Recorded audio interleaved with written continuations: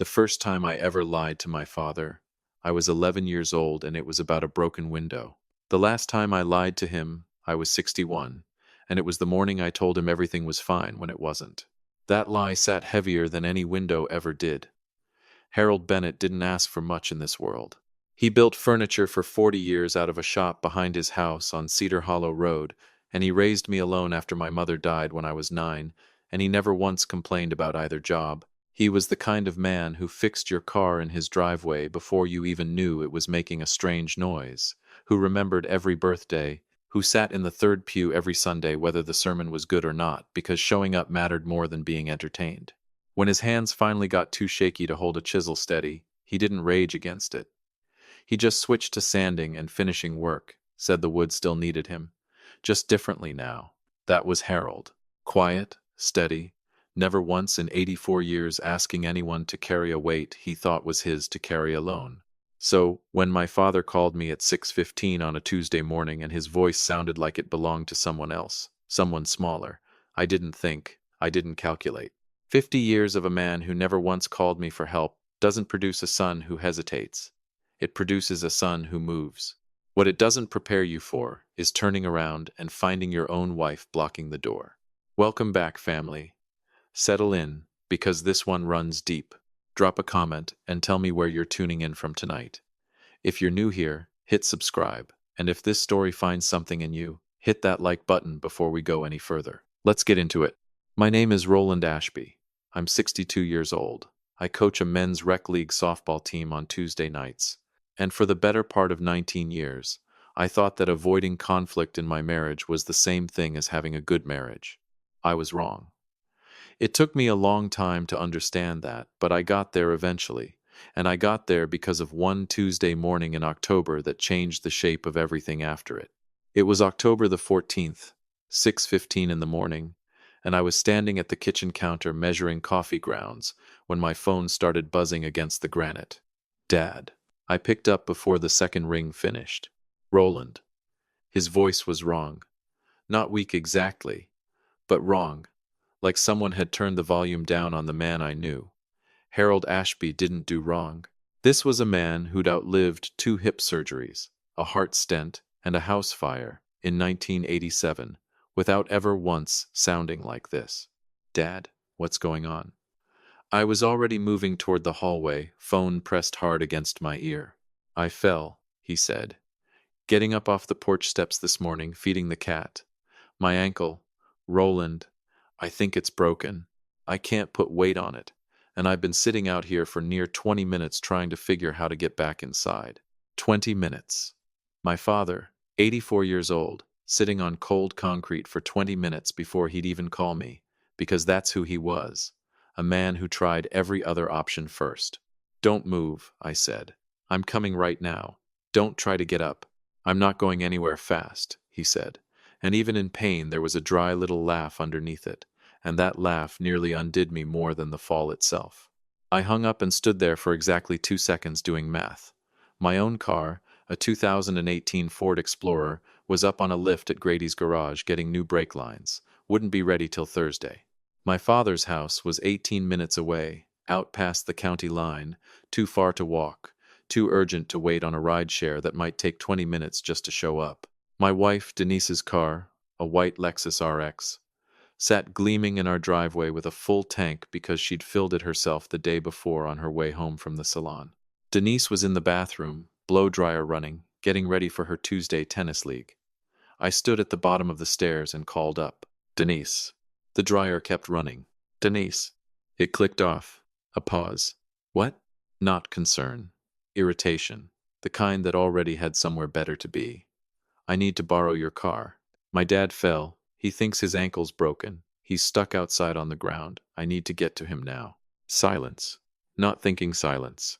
The kind of silence where a decision has already been made, and the only remaining question is how to phrase it. She appeared at the top of the stairs in her tennis whites, hair half done, one hand on her hip. Roland, I have league at 8. Court time's booked. I can't just not show up. They'll charge me for it, and I'm already team captain this season. Denise, my father is on the ground. Then call 911.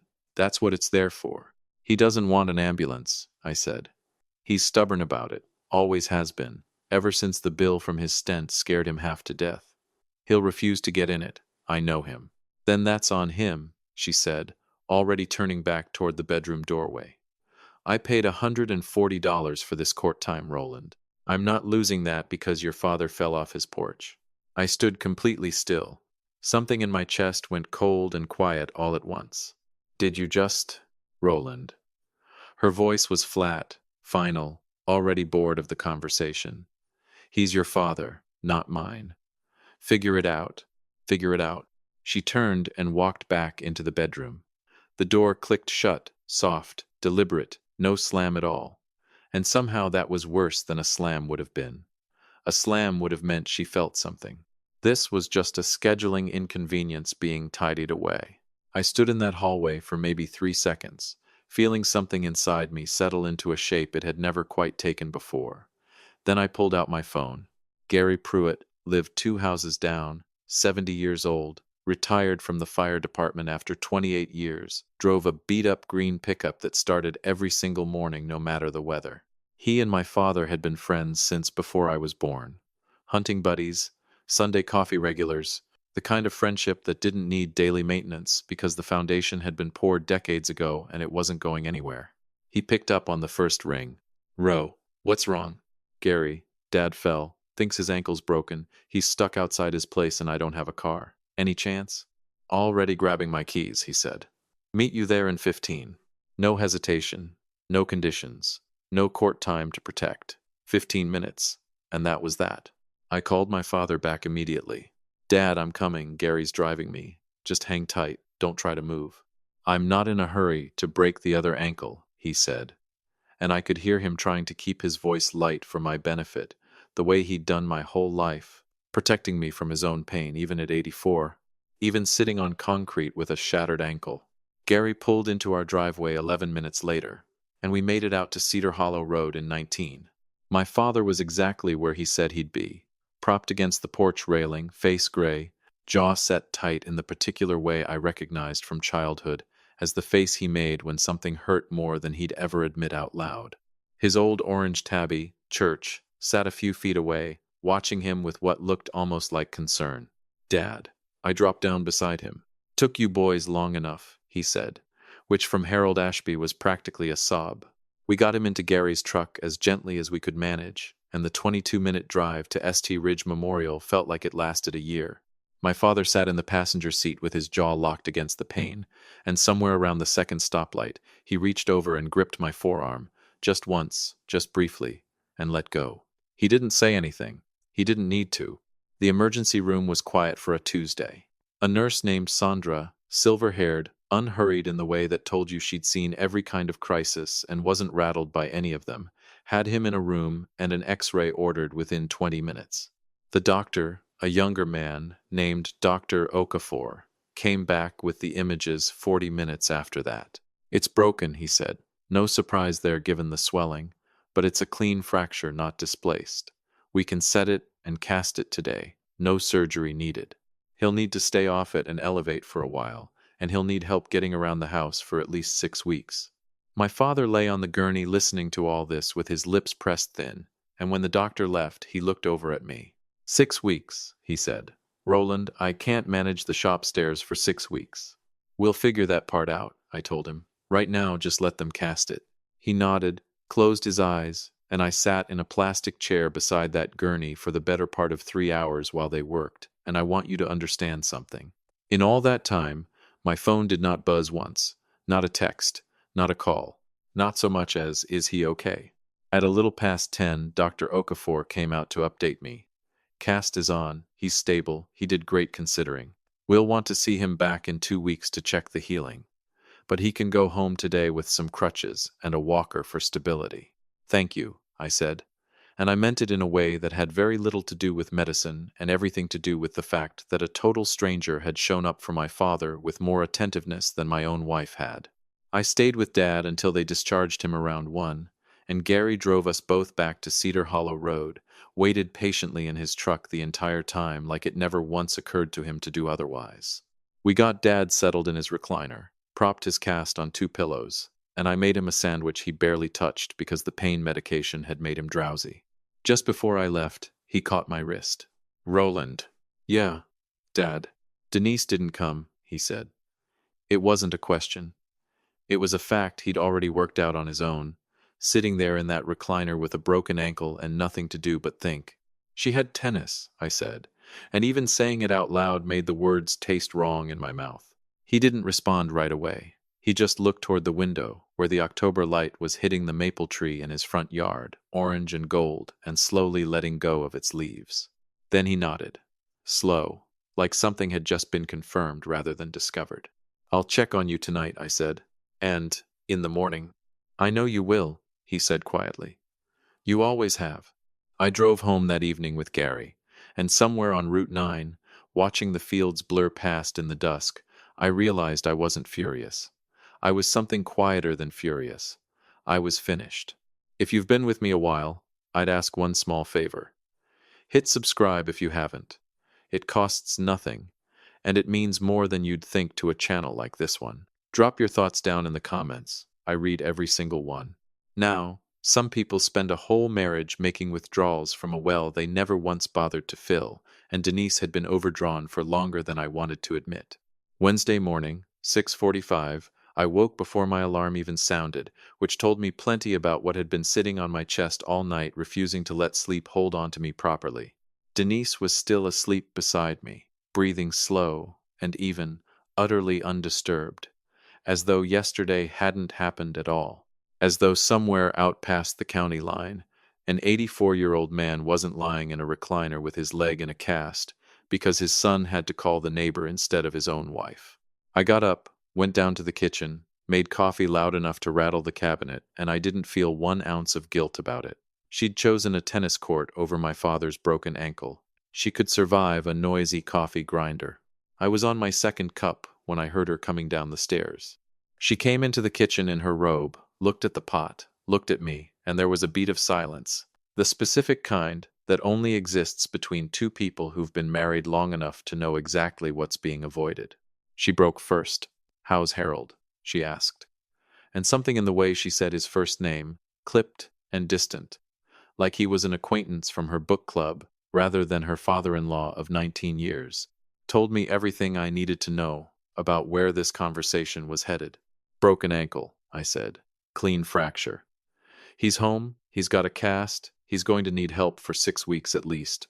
6 weeks, she repeated, like the number itself was the inconvenience rather than the fracture underneath it. Well, I'm glad he's all right. Are you? I said. Roland. Her voice sharpened slightly. I want you to understand yesterday was complicated for me. I had responsibilities. I let that word sit in the space between us for a moment.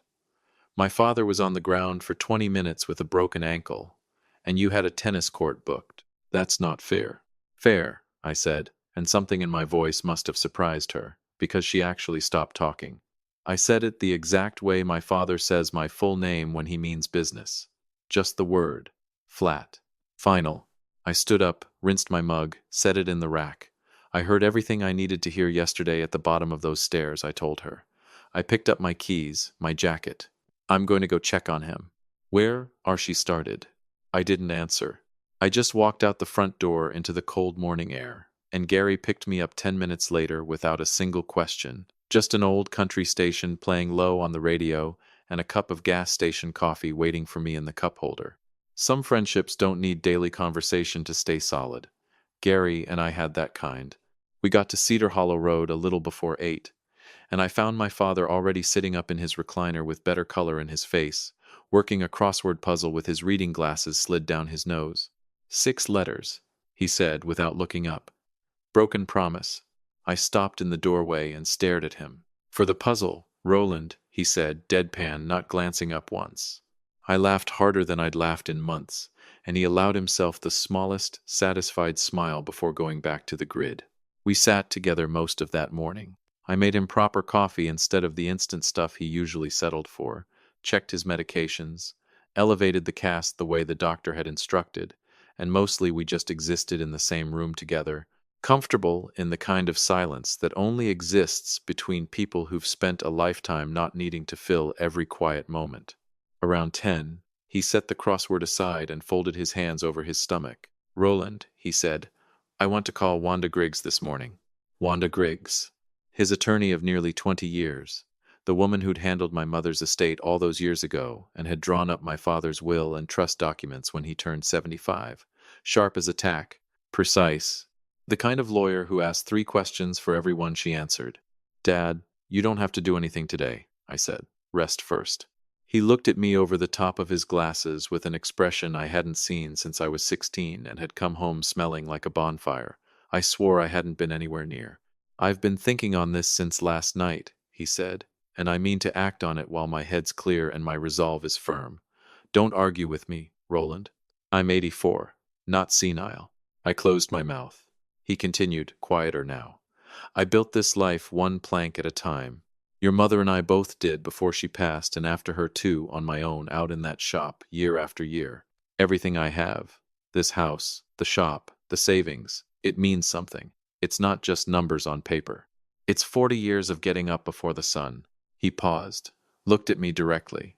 "It ought to go to people who understand what building something actually costs. People who show up." I didn't say a word.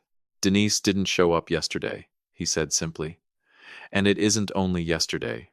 Roland, think back. She wasn't there when I had my hip replaced in 2019, sent flowers instead of coming herself.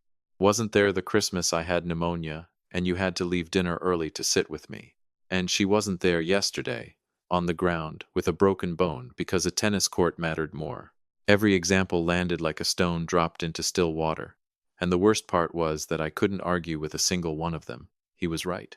He'd always been right, and I'd spent years quietly making excuses on her behalf that I no longer had the energy to keep making.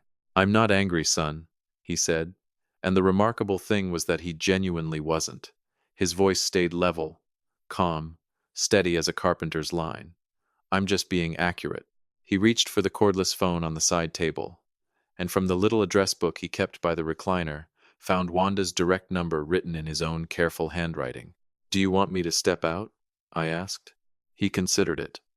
"No. Stay. Stay." One word, and something in me went still and grateful in a way I didn't have language for yet. He dialed at 10:40. She picked up on the second ring. "Wanda, it's Harold Ashby." Harold.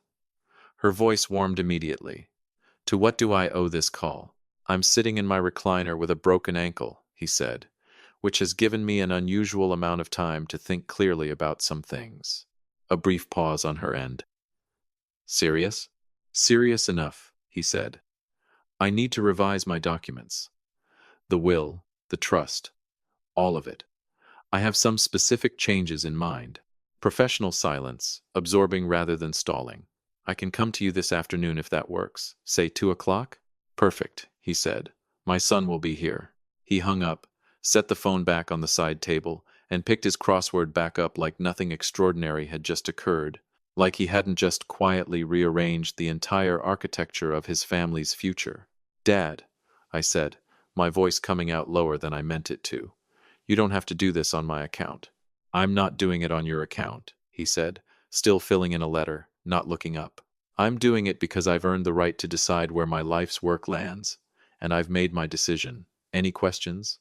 I had roughly 30. I asked none of them. "Good," he said. "Now go see if there's anything decent in that refrigerator, because whatever they fed me at that hospital tasted like a decision somebody regretted the moment they made it." Wanda Griggs arrived at 1:55, gray blazer, leather folio, a pen that looked like it cost more than my last car payment. She shook my hand firmly, sat across from my father with a legal pad, and I took the chair in the corner, quiet, a witness to something I understood mattered more than I could fully grasp in the moment. Their conversation ran 51 minutes. I won't repeat all of it here, because some things a man is entitled to keep private even from his own son sitting 3 feet away. But I'll tell you the shape of it.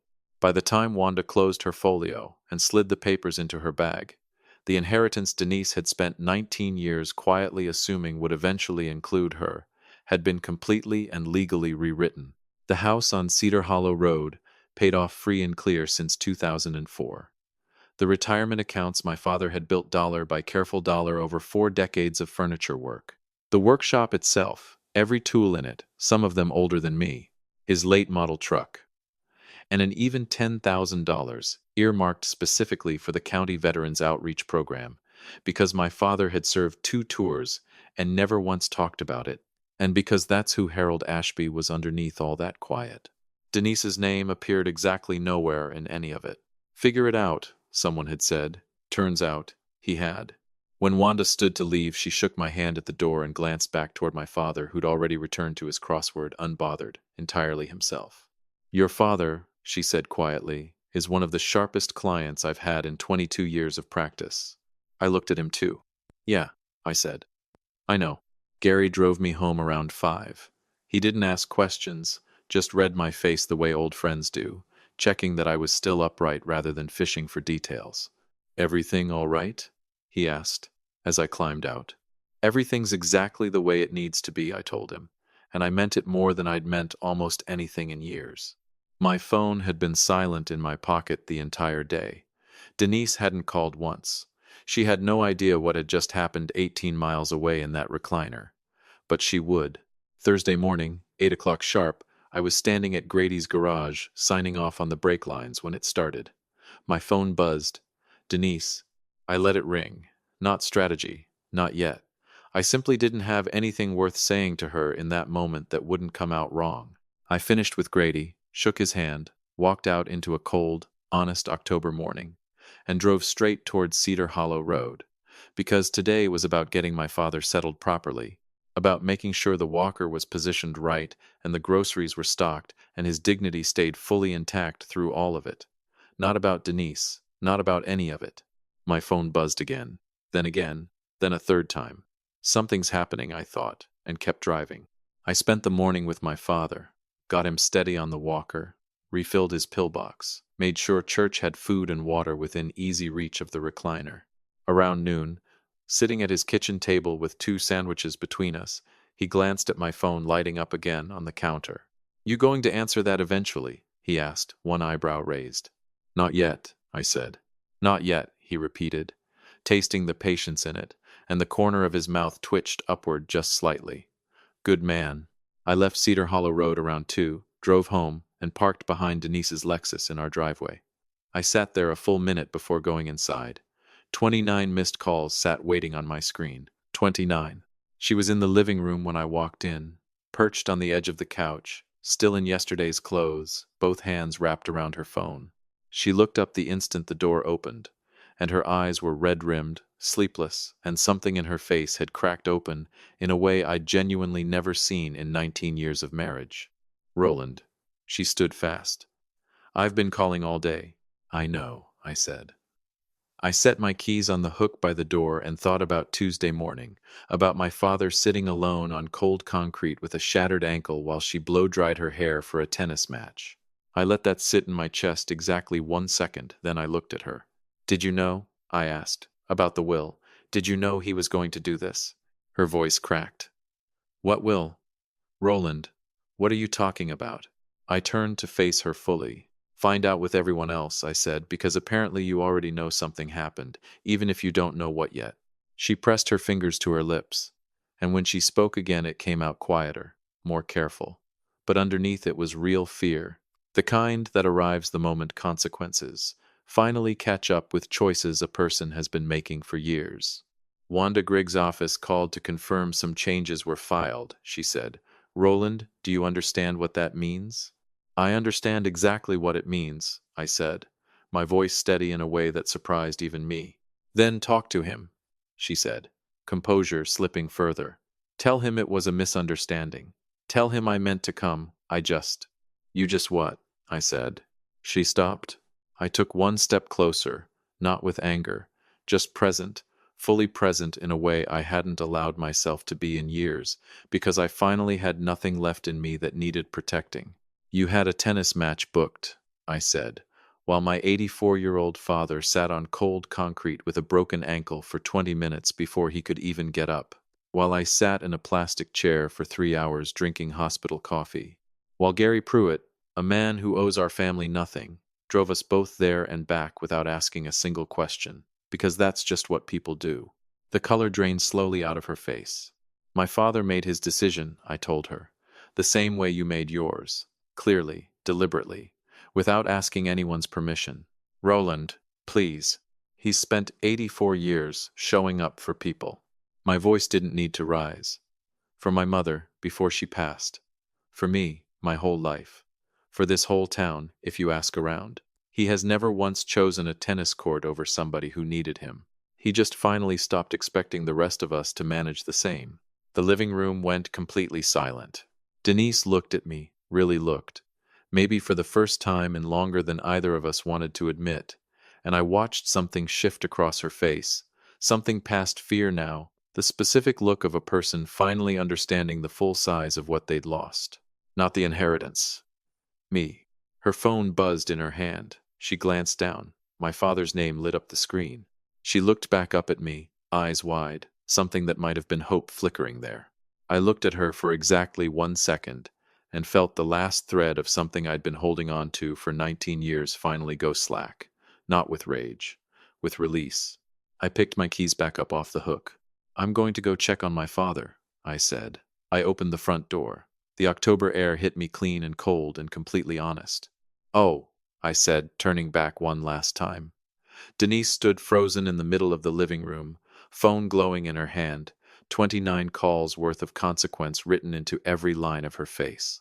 You should probably answer that, I told her, and closed the door behind me. I stood on that porch for a long moment, breathing in air that felt cleaner than it had in years. Not anger, not bitterness, just clarity. The quiet, unmistakable kind that only arrives once a man finally stops telling himself a lie he's been repeating for far too long. I had not been married for 19 years. I had been enduring for 19 years. There's a difference, and standing on that porch with my father's steady voice still in my ears, I finally understood it all the way down. The fall didn't make me see it. My father sitting alone on cold concrete while my wife booked a tennis court didn't plant some new seed of doubt. It simply burned away everything that had been covering up what was already there, and showed me exactly what had been growing underneath it the whole time. I walked to my truck, started the engine, let an old song play low on the radio, something my father used to hum out in his shop on Saturday afternoons with sawdust on his hands. I didn't make any decisions that evening beyond one. I wasn't going back into that house that night, and somewhere in that quiet, steady place where a man knows things before he's ready to say them out loud, I understood it wasn't just going to be that one night either. Some people spend a lifetime showing up, quietly, without keeping score, and it's worth remembering who those people are while you still have them. If this one meant something to you, hit that like button, subscribe for more real stories about family and what it truly means to show up, and I'll see you next time.